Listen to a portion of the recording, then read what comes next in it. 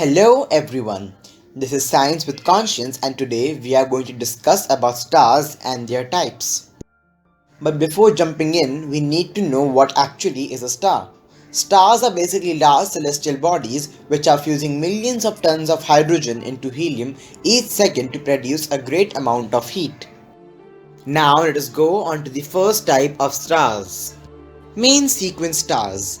When brown dwarfs pass a certain mass threshold, they start to become larger in size. Stars which do that are termed as main sequence stars. Our Sun too is a main sequence star. The bigger the main sequence star is, the hotter and brighter it will burn and the shorter its lifespan will be. Once the hydrogen burning phase is over, stars grow at least hundreds of thousands of their original size. Now let us talk about the first kind of main sequence stars, red dwarfs.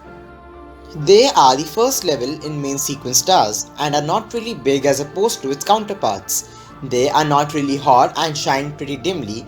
They are also not big enough to fuse hydrogen into helium. They are the only stars in the main sequence that don't grow when they start to die, but they just sort of fizzle out into a white dwarf. They are the most abundant stars in the universe, and since they burn so slowly, their fuel lasts them around 10 trillion years, which is 1,000 times than the current age of a universe. Now, let us go bigger. Sirius A, one of the brightest stars in the main sequence, is 2 solar masses bigger than our Sun, and its radius is 1.7 times more than our Sun. Its surface temperature is 10,000 degrees Celsius with a total lifespan of 2.5 billion years, which is 4 times less than the lifespan of our Sun. Next up in the main sequence comes Beta Centauri. It has 2 of these stars which are 10 times the mass of our Sun. They have a power which is 20 times greater than our Sun, and they have a surface temperature of 25,000 degrees Celsius. The lifespan of both of these stars is 20 million years. Next up is R136A1. This one is 9 million times brighter than the Sun.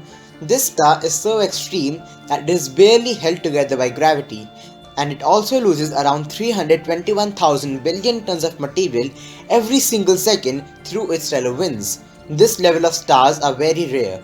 They are so massive that they burn their co-hydrogen in only a few million years.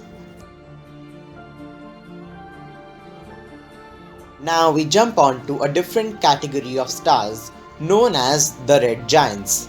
When a main sequence star starts to die off, gravity tries to overpower it. This results in faster fusion reactions which pushes the gravity, resulting in the star enlarging in size. An example is Gammacrucius or Gammacrucius. This star is 30 times more bigger than the Sun and its radius is 84 times than its original radius. Now come one of the hugest star groups in all of star life, Hyperjoints. They are the largest form of stars. They produce immense amount of light, and due to being so massive, they are just blowing themselves apart. For example, the Pistol Star. Thank you all for staying with us, and we will be back with more science in some time.